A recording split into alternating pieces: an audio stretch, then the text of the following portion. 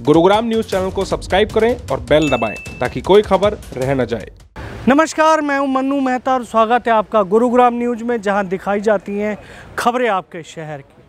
हरियाणा के मुख्यमंत्री मनोहर लाल गुरुग्राम के जॉन हॉल में पब्लिक ग्रीवेंस की मीटिंग में एज ए चेयरमैन पहुंचे और इस दौरान भाजपा सांसद राव इंद्रजीत भी उनके साथ थे।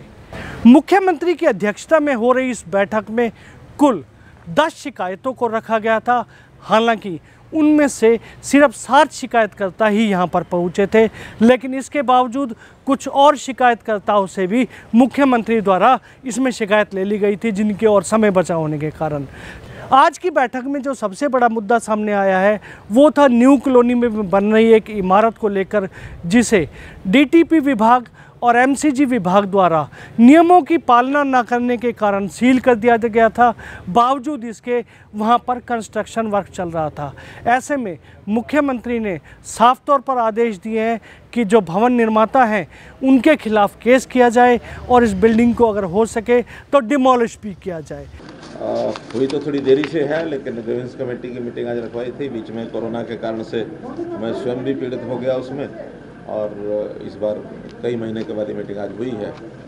कुल मिला के 10 ग्रीवेंसेस ऑफिशियली आई थी और लगभग 5-6 वहाँ जो मेंबर्स थे उन्होंने भी अपनी ओर से कुछ ग्रीवेंसेस रखी थी। वैसे सबके बारे में जो समाधान हुआ उसमें मुख्य रूप से एक तो न्यू कॉलोनी के अंदर जो अवैध निर्माण हो रहा था उसका डेमोलिशन ऑर्डर हो गए थे, और मुझे किसी ने बताया अभी यहाँ कंप्लेंट्स में कि डेमोलिशन ऑर्डर होने के बाद बिल्डिंग सील करने के बाद भी वहाँ दोबारा से कंस्ट्रक्शन कर ली गई, तो उसके खिलाफ जो बिल्डर है उसके खिलाफ FIR करने के आदेश दिए हैं कि ऐसी गतिविधि कोई भी सरकारी आदेशों की एग्जीक्यूशन ना करे, पालना ना करे तो एक सीरियस है और उसके खिलाफ क्रिमिनल केस बनेगा। ऐसे ही पालम विहार में EWS जो कॉलोनी बनी है या भी बन रही है, तो वहाँ कुछ सुविधाएं देने की बात MCG की ओर से ये शिकायत मिली थी। उनको निर्देश दे दिए गए कि वहाँ हर प्रकार की सुविधा यथा समय उनको देकर के उसको पूरा करें।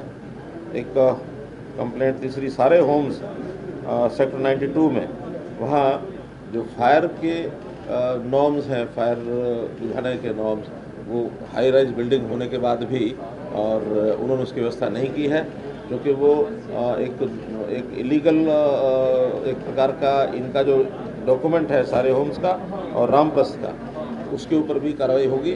और वहाँ उनको ये कह दिया गया कि उस सारी कॉलोनी को टाउन कंट्री प्लानिंग उसको टेक ओवर करें। टेक ओवर करने के बाद फिर जो पैसा रेजिडेंट से देना है उस पैसे के माध्यम से, चाहे वहाँ के बिजली के बिल हैं अथवा विकास के काम हैं जो भी पेंडिंग हैं, वो सारे उसके कराए जाएंगे। टेक ओवर की प्रोसेस चालू करेंगे। बाजरा खरीदने की कुछ शिकायत मिली है, उसमें से यही है कि जो जिनकी शिकायत है उनके बाजरे का एक प्रकार से डिप्टी कमिश्नर के द्वारा उसका सर्वे कराएंगे कि अगर लोगों ने अपना बाजरा बोया हुआ है वो खरीदा जाएगा। अगर किसी ने राजस्थान से बाजरा खरीद कर यहाँ ला करके बेचने की कोशिश की तो उसको नहीं किया जाएगा, ऐसा स्पष्ट बता दिया गया है। इसी प्रकार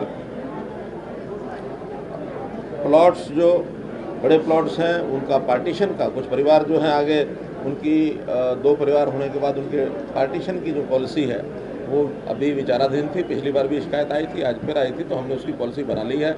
नेक्स्ट कैबिनेट मीटिंग में उसको लाकर उसको पारित करेंगे। कोई पार्टीशन करने के बाद कोई भी प्लॉट 100 गज से छोटा ना हो, ये उसकी एक कंडीशन रखी गई है। अर्थात पार्टीशन होने वाला प्लॉट कम से कम 200 मीटर का जरूर होना चाहिए, तभी 2 बनेंगे तो 100 मीटर से नीचे नहीं जाएगा।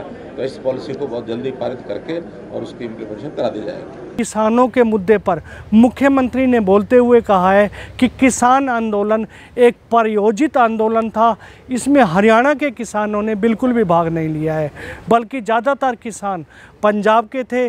और इसमें जांच के बाद ये स्पष्ट भी हो जाएगा कि इसमें किन किन दलों का हाथ था, किन दलों के प्रभाव में आकर किसानों ने दिल्ली कूच के नाम पर हरियाणा में तोड़फोड़ की थी या उपद्रव मचाया था। ये सब एक जांच के बाद अवश्य सामने आ जाएगा। लेकिन मुख्यमंत्री से पूछे गए एक सवाल में कि क्या इसमें खालिस्तान का भी कुछ लोग हो सकते हैं, खालिस्तान समर्थक के नाम पर भी ये बवाल काटा गया है, तो उन्होंने इशारे में इसे साफ कहा है कि कुछ इस तरह की ऑडियो क्लिप्स उनके पास आई हैं जिनमें नारे लग रहे थे, जिनमें साफ तौर पर कहा जा रहा था कि प्रधानमंत्री इंदिरा गांधी का जो हाल किया है वो इन प्रधानमंत्री का भी कर सकते हैं। तो ऐसे में हालांकि उनका यही कहना है कि ये सब विषय अभी जांच के हैं, लेकिन ये ज़रूर तय हो गया है कि किसान हरियाणा के नहीं चाहते थे, बल्कि पंजाब के किसानों को भी इसके लिए उकसाया गया था। ये आंदोलन पंजाब के किसानों की ओर से खड़ा किया गया है और वो भी किसानों की बजाय वहाँ से कुछ पॉलिटिकल पार्टी का जो स्पॉन्सर्ड है, कुछ संस्थाओं का स्पॉन्सर्ड है, इस प्रकार के किसान वहाँ से आए हैं। हरियाणा के किसान ने उसमें भागीदारी नहीं की है। मैं इसके लिए हरियाणा किसान का भी बहुत धन्यवाद करता हूँ। वही कह रहा हूँ कि इसमें राजनीतिक रोटियाँ सेकने का जो काम किया जा रहा है वो किसान के नाम पर, ये बहुत ही दुर्भाग्यपूर्ण है और मैं तो इसकी निंदा करता हूँ, ये निंदनीय भी है। सर, अभी कैप्टन अमरिंदर से बात हुई नहीं हुई आपकी?